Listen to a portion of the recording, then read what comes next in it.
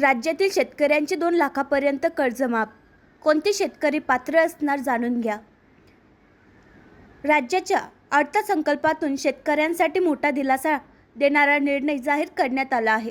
वाढत्या कर्जबाजारीमुळे अडचणीत सापडलेल्या शेतकऱ्यांना आर्थिक मदत करण्यासाठी सरकारने 2 लाख रुपयांपर्यंत पीक कर्ज माफी जाहीर केली आहे.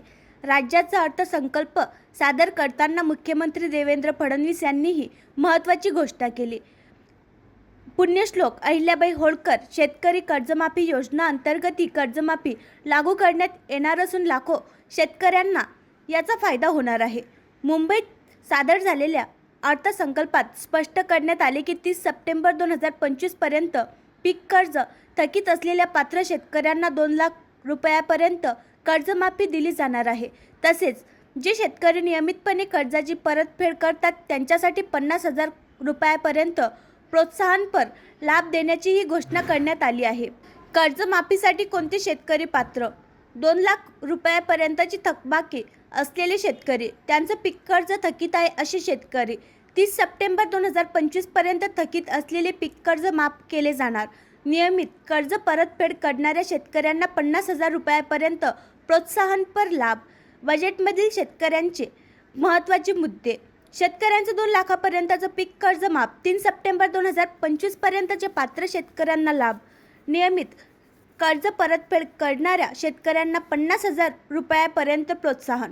गोपीनाथ मुंडे अपघात योजनेत शेतमजुरांचा समावेश केला जाणार. ग्रामीण भागातील पाणंद रस्त्यांना मान्यता. 30 लाखाहून अधिक शेतकऱ्यांना हवामान आणि बाजारभावाची माहिती दिली जात आहे. 4ही कृषी विद्यापीठामध्ये AI तंत्रज्ञानाची मदत केली जात आहे. राज्यात ॲग्रोस्टॅक योजना राबवण्यात येत आहे. फेब्रुवारीपर्यंत 1,31,00,000 फार्मर ID तयार केले जाणार आहेत. पुढील 4 वर्षात शेतकऱ्यांसाठी भांडवली गुंतवणूक वाढवून पायाभूत सुविधा उभारल्या जाणार. आगामी 2 वर्षात महाराष्ट्र नैसर्गिक शेती अभियान सुरू होणार. गोपीनाथ मुंडे मंडळात शेतमजुरांचाही समावेश केला जाणार. महिला गोपालक आणि शेळी पालकांसाठी विशेष योजना राबवली जाणार.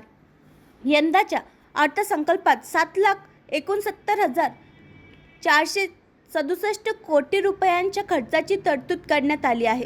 या बजेटमध्ये सुमारे 40,552 कोटी रुपयांची तूट अपेक्षित आहे. मात्र राज्यात सरकारने राजकोषीय तूट 3% कमी ठेवण्यात यश मिळवले असून महसुली तूट 1% कमी राहिल्याचे अर्थसंकल्पात नमूद करण्यात आले आहे.